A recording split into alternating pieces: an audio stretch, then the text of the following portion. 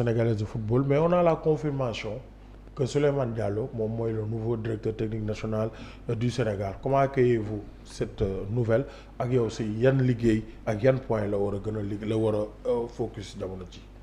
Bon, Souleymane, déjà, j'ai avec moi son CV parce que depuis 10 heures, 11 heures, là, j'ai une nouvelle.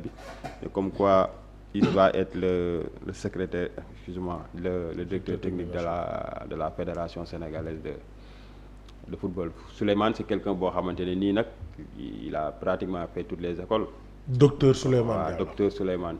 Nous avons peut-être que les gens, beaucoup vont s'appesantir peut-être si le dernier résultat avec Jaraaf. Peut-être Jaraaf, il est un peu mal au point, il n'arrive pas à enchaîner des victoires et tout.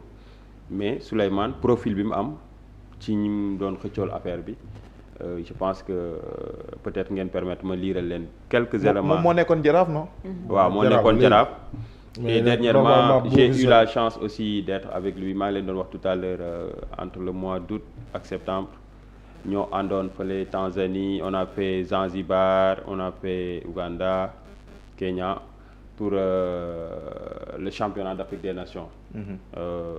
Malgré une équipe boo xamante ni véritablement dañ dem ba ci biir am ay problèmes il a su relever la tête. Sénégal génn ci ak médaille de bronze.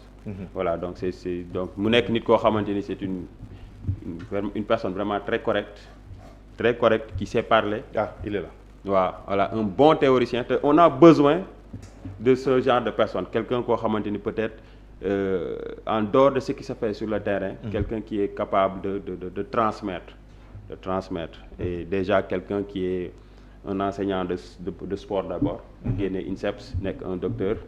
Donc je pense que c'est taillé sur mesure. Je pense, personnellement, j'ai fréquenté l'homme, gis naa ko ni muy liggéey, et c'est quelqu'un qui demande son avis à tout le monde. te loolu mooy jafe Sénégal. Man dañ may def chef de desk sport rek si benn journal rek damay xëy rek di bind, même samay stagiaires, même samay collaborateurs du ma leen laaj. Il n'est pas comme ça, c'est un gars boo xam il aime faire la concertation, il aime demander, il propose. Donc on a besoin de ce genre. Maintenant, yaa ngi ma laaj tout à l'heure ci ay chantier, on a vu que, et c'est l'occasion peut-être de féliciter la Ligue sénégalaise de football professionnel qui est en train de faire un travail exceptionnel, parce que je parle de la petite catégorie.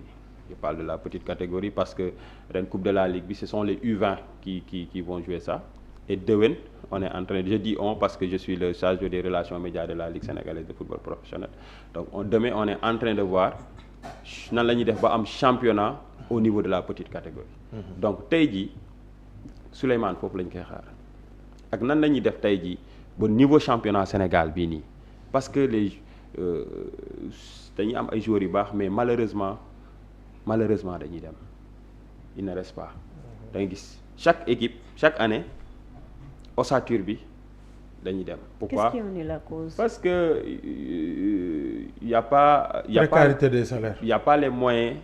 L'État amoon bi ñu fi jógee jëlee CHAN bi waxoon nañ leen proposer benn document boo xamante ne l'État va venir derrière pour pousser, pour aider, de sorte que peut-être ñu am benn championnat bu fort. Championnat boo xamante ne nii joueurs yi dinañ am salaire yu baax, parce que da ngay gis joueur bu quitté fii di dem ay fenn foo xam ne ay salaire 250 000 nga fay fayeeku 300 000. Juste pour dire que. Non, l'exemple bu gën a terre à terre, Mame Sayer Gueye, un des meilleurs militaires de nos championnats, a signé au Mozambique. Non, mais su fekkee ne xam nga Mozambique sax ñi ma fa yëg dernièrement ñooñu am na ñu may wax am nañ salaire 1 million wala lu ko jege wala lu tane, mais je veux te dire que am na ñoo xam dañuy bàyyi suñu championnat bi dem foo xam ne 300 000 lañ leen di fay. Est-ce que vous comprenez? Donc cela veut dire que s'il y avait un encadrement, si fekkoon ne am nañ tey jii xëy na lu retenir joueurs yooyu xëy na duñ quitter fii ñu pour fayeeku quelque part 300 000. Peut-être s'il avait la possibilité de gagner ces émoluments ici au niveau du Sénégal, il n'allait pas sortir, n'est-ce pas? Maintenant, ça ne revient pas uniquement au DTN de pouvoir retenir les joueurs. Peut-être qu'il nous trouve un environnement qu'on arrive à avoir beaucoup plus de compétition au niveau des jeunes. Et puis, en accord avec nos autorités, xool nan la ñuy def ba tey jii suñu niveau championnat bi mu am feneen fu ñu ko yóbbu, parce que tey malheureusement CHAN bi éliminé nañ ko. mais année yi passé yëpp Sénégal daf ci def jéego. dafa gagné dernièrement je pense c'était en 2022 ñu gagné CHAN bi 2024 bii ñu dem on a perdu on a gagné troisième place lañ gagné te demi-finale bi on a dañu sàcc on avait un carton rouge boo xam ne dañ ko waroon tiré mais malheureusement on n'a pas dañu sifflé après revenir sur la faute. Donc juste pour dire que Souleymane les chantiers sont là, surtout ça concerne au niveau football jeune, petite catégorie. Il y a beaucoup d'écoles de, c'est vrai que y a CONEF qui est là, mais je pense que tey jii CONEF c'est la coordination nationale des écoles de football, mais je pense que tey jii Souleymane peut-être xëy na war na mun a xool nan la ñuy def ba bañ am académie fédérale. am na pourquoi la CHAN a été bu développé laa wax bon CHAN c'est CAF dañ ne c'est une compétition et malheureusement c'est l'une des décisions les plus incomprises de la CAF. daf ne parce que CHAN bi daf leen di coûter. Il y a beaucoup, il injecte beaucoup d'argent et duñu am retour sur investissement donc moo tax te alors que CHAN bi booy yu bëri tey jii CHAN bi lañ leen xew ay Mamadou Lamine Camara dañu bëri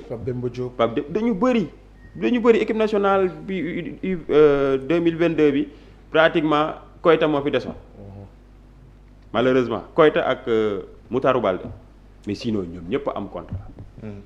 Malheureusement une compétition comme ça après nga ñëw dissoudre que bon espérons que avec l'IFOA nee na ñoom il faut relancer ce qu'on appelle la coupe Amilcar Cabral je sais pas ndax dina am mais ba léegi c'est vrai que c'est une compétition qui va offrir une visibilité aux jeunes mais ce sera pas la même chose avec la CAN parce que la CAN ça concerne les pays excusez-moi le CHAN ça concerne l'Afrique. Les pays africains, toutes les nations africaines de football. Alors que Amical Cabral, c'est uniquement pour la zone de l'IFOA. L'IFOA voilà, c'est ça. En tout cas, Sénégal mi ngi waajal tamit benn match ñaari match xaritoo aux allures d'une préparation de la Coupe du Monde. Sénégal Pérou, Sénégal Gambie. Moo am ay joueurs ku si mel ni Malang Sarr depuis bi ñu jëlee Coupe d'Afrique bi ba léegi il clignotant baa ngi nekk au vert ba léegi. te alors que moom il y a 7 ans de cela nee na moom li nga ñor mooy France ak liggéey il enchaîne ay séries de sorties l'équipe magazine yi dimanche bii téléfoot après il dit que ni moom sénégalais la il est prêt pour jouer l'équipe nationale du Sénégal est-ce que le timing est bon wala moom mooy lijjanti boppam ci timing am ou bien il y a